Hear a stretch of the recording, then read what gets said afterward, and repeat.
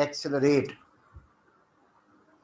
Similarly अगर आपकी backward force यानी कि रेजिस्टिव फोर्स जो है वो फॉरवर्ड फोर्स से ज़्यादा होगी, object will accelerate. And if both the forces are equal, in that case the object will be either at rest or it will be moving with a constant speed. ये basic concept दिमाग में होना चाहिए. Using this concept you'll be able to find the resultant force. And in this case resultant force निकालने का क्या formula था कि आपने फॉरवर्ड फोर्स में से रेजिस्टिव फोर्स को माइनस करना है. You have to subtract resistive force from the forward force. जैसे कि यहाँ पे मैंने बताया हुआ है कि फॉरवर्ड फोर्स जो है वो 2000 है, रेजिस्टिव फोर्स जो है वो 600 है. Therefore resultant force will be 1400 and from there we will get the value of acceleration. Acceleration always is determined from the resultant force. जैसे यहाँ पे मैंने कहा था कि अगर आपकी एक्सेलरेशन जो है वो 2.5 मीटर पर सेकेंड है तो सबसे पहले आपने रिजल्टेंट फोर्स निकालनी है, फिर उसकी वैल्यू इस फॉर्मूले में पुट करनी है, and from here you can find out the forward force. Then we started motion of a body on inclined plane. इसमें मैंने आपको बताया था कि कोई भी ऑब्जेक्ट जो प्लेस्ड है ऑन इंक्लाइन प्लेन उस पर तीन फोर्सेस ऐड कर रही होती है. एक फोर्स उसका वेट है जो वर्टिकली डाउनवर्ड ऐड कर रहा होगा. दूसरा फोर्स उस पर फ्रिक्शन की फोर्स है जो इस पे अपवर्ड एक्ट कर रही होगी because object will tend to move downwards. और तीसरी फोर्स जो है वो कांटेक्ट फोर्स कहलाती है या रिएक्शन फोर्स कहलाती है. Now F and R they are perpendicular to each other, इसलिए मैं वेट के कंपोनेंट निकालूंगा. Weight has two component, one is the vertical component and the other one is the horizontal component.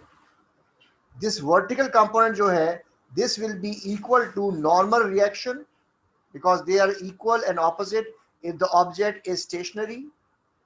Similarly backward force and forward force will be equal.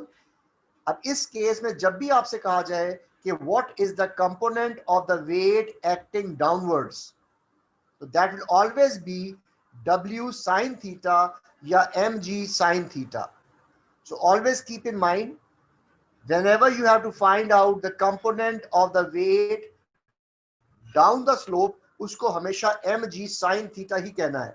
I will write it down as component of the force down the slope. मैं इसका नाम भी वही दे रहा हूँ,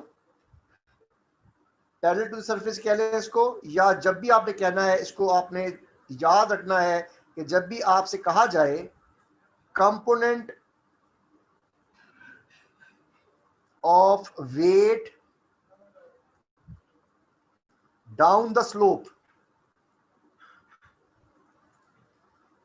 ये हमेशा आपने एम जो है वो हमेशा एम जी साइन थीटा के ही बराबर होगा because it will be very commonly used. It is always down the slope and it is m g sine theta. Clear? तो जब भी आपसे कहा जाए what is the component down the slope, it will always be mg sin theta and this is the component that will be responsible to accelerate the object if friction is negligible. तो यही force है जो इसको accelerate करवाएगी.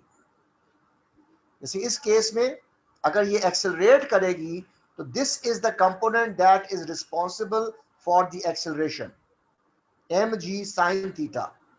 अब अगर आपने इस केस में एक्सेलरेशन निकालनी है तो सबसे पहला काम जो है वो है you have to find the resultant force.